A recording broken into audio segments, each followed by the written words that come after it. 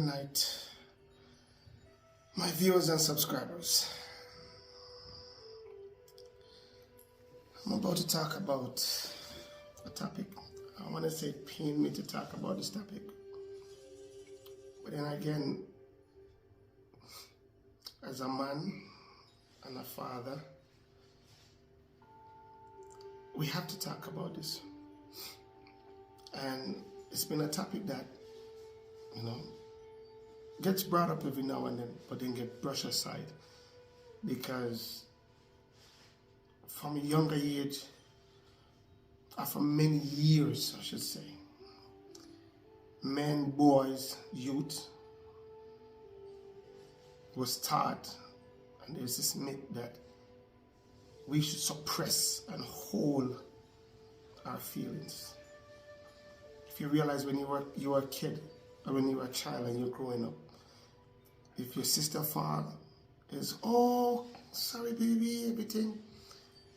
But as a boy, if you fall and you ever cry, it's like, stop crying. Why are you crying? You're acting like a girl. Suck it up.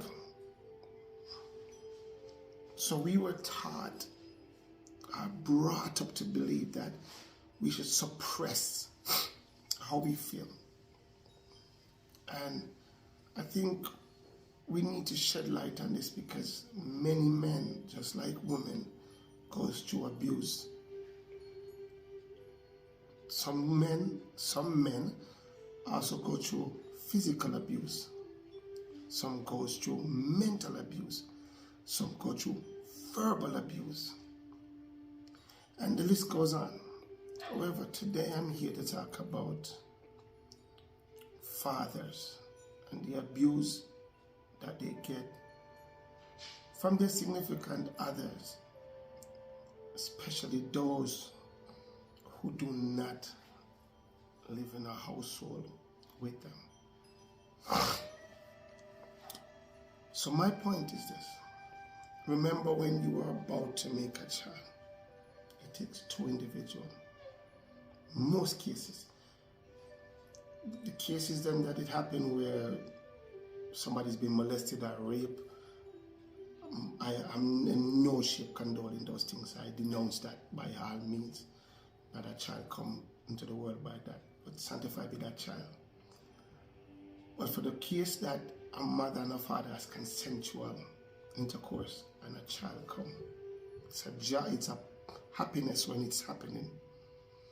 So when that mother and that father separate, they have to remember the happiness that brought that child into the world. You and that father, the mother and the father, has that responsibility to hold that happiness for the child. Put away your differences, the male and the female, put away your differences and make sure that that child is being brought up in a way where they can grow with a mental of mother and father, as despite them not being together, they have a certain bond as parents, our responsibility as parents to raise them. Now this is where my cry, and this is where my gripe is. When a father is around a household with his child, and these are the goals that's been set. If a father is in a house with a child and say he's home every day, society and the mother would staple him as, oh, you want to be a stay-at-home dad? Like, who wants to do that? And the pressure is on this guy because he's staying home and spending time with the child. If he goes out and look 3 jobs to work to make ends meet so he can precise for his children, facilitate whatever they want, give them what they need, then he's going to be labeled as a workaholic and you have no time for your kid. And if you go and get a job that gives him time to leave early so he can come home and spend time with the kid, but it's not paying enough money, then you're labeled as a deadbeat and you're not stepping up to the table. Do you realize that the goalpost gets shifted in all of those instances for a father? Then you're going to be called all different kind of names by society.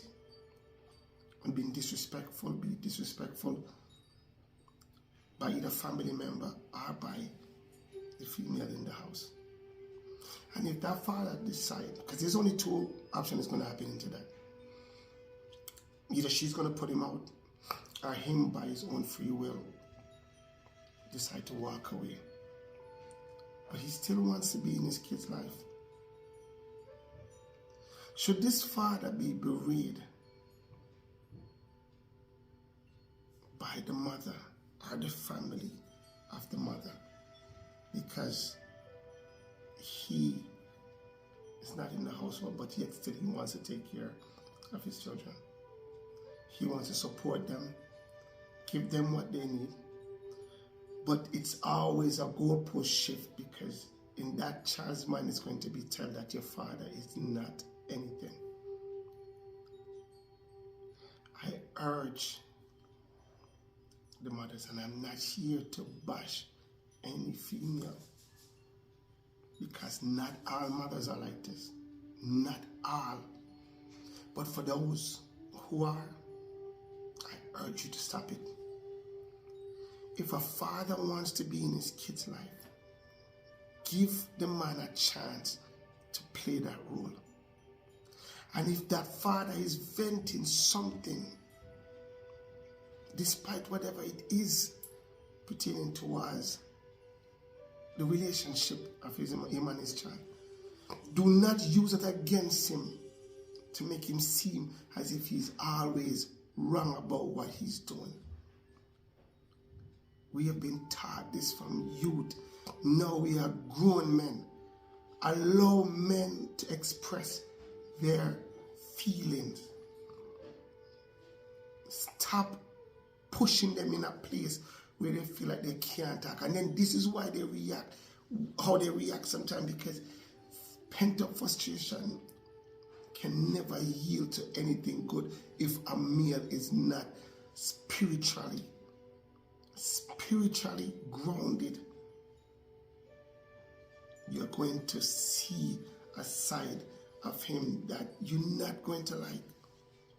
So I'm begging, pleading, the same happiness that you have made in that night having that child, use it even when you are not together.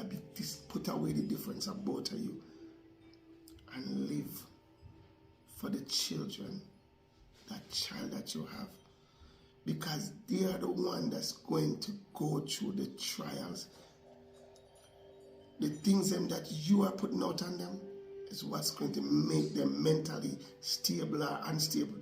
And you see children just spiraling out of control because of the pressure that they are going through. So I urge you, please stop.